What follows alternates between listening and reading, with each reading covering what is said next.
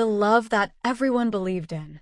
Sarah and Jake had been together for 6 years, and if you had asked anyone who knew them, they would have told you without hesitation that those two were endgame.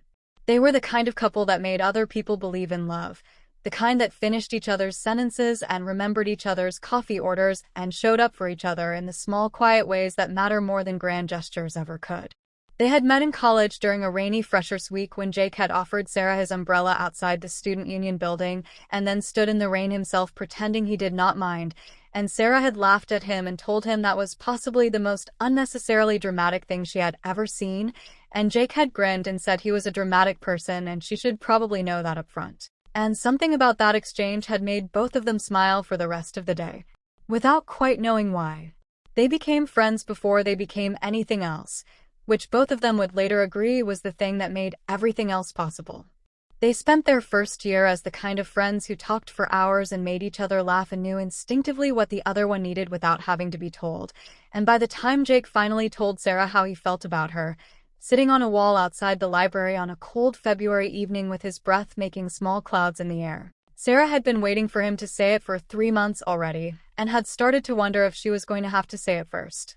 6 years later, they lived together in a little apartment in Manchester that Sarah had decorated with plants and fairy lights and photographs from every trip they had ever taken together. The apartment was small and slightly drafty in the winter, and the boiler made a noise that their landlord had been promising to fix for 2 years, but it was theirs and it felt like home in the deepest sense of that word. Sarah worked as a graphic designer at a small agency she genuinely loved, and Jake was in tech, working his way steadily toward the kind of role he had been building his skills for since university. Their life was not perfect because no life is perfect, but it was good and warm and full of the particular richness that comes when two people have chosen each other consistently over a long period of time and meant it every single time. Sarah's best friend Mia had been there for all of it. She had watched Jake and Sarah fall in love, had watched them navigate the difficult stretches and the wonderful ones, had watched them become the adults they were going to be, partly through and because of each other. Mia was the person Sarah called first with good news and bad news and everything in between, and Mia had always shown up every single time because that was the deal, that was what they were to each other. She had fully expected, with complete and comfortable certainty, to be standing beside Sarah at some altar or registry office within the next few years with flowers in her hand and tears she would deny later. Which is why what happened in the spring changed everything. Jake got a new job. A genuinely exciting one at a tech startup that was growing quickly and doing innovative work, the kind of opportunity he had been working toward for years. Sarah was thrilled for him and threw him a small celebration dinner with their closest friends, and Mia sat at that table and watched Jake talk about his new role with the energy of someone whose life was finally aligning with his ambitions, and she felt nothing but genuine happiness for both of them. The first time Sarah mentioned the name Chloe, it meant nothing. Just a colleague, someone on Jake's new team, someone he had brought up in passing a couple of times. Sarah was relaxed about it because Sarah had never had reason to be anything other than relaxed. 6 years of consistent trust does not disappear because your boyfriend mentions a coworker's name. But Mia, who loved Sarah and therefore paid attention, noticed things that Sarah was not yet ready to notice. She noticed the slight shift in Sarah's voice when she mentioned Chloe, the way she always followed the name with some version of, but I'm sure it's nothing, or Jake says they're just friends, as though she were reassuring herself as much as Mia.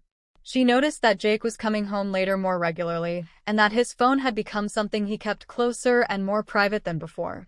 She noticed that Chloe's social media presence had a particular quality to it, a deliberateness in the content, a pattern of engagement with Jake's public posts that stepped carefully right up to the edge of appropriate. Mia said nothing. She did not want to create a problem that might not exist. But she watched and she stored what she saw, and something quiet and uncomfortable settled in her chest and did not go away. The weeks passed and the name kept coming up.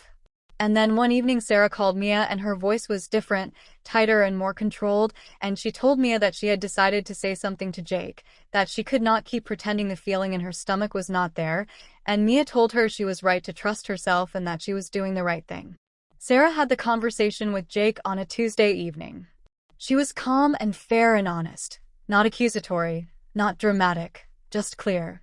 She told him that something felt different, and that she felt uncomfortable, and that she needed them to be honest with each other the way they had always been. Jake listened and then told her with complete and convincing sincerity that she had nothing to worry about, that Chloe was a colleague and nothing more, that Sarah was his person and always would be. He was patient and kind and certain, and Sarah, because she loved him and because she had no proof of anything and because the alternative was unthinkable, believed him. She told Mia afterward that she felt better. Mia said she was glad. And both of them, in their different ways, hoped that was the end of it. It was not the end of it.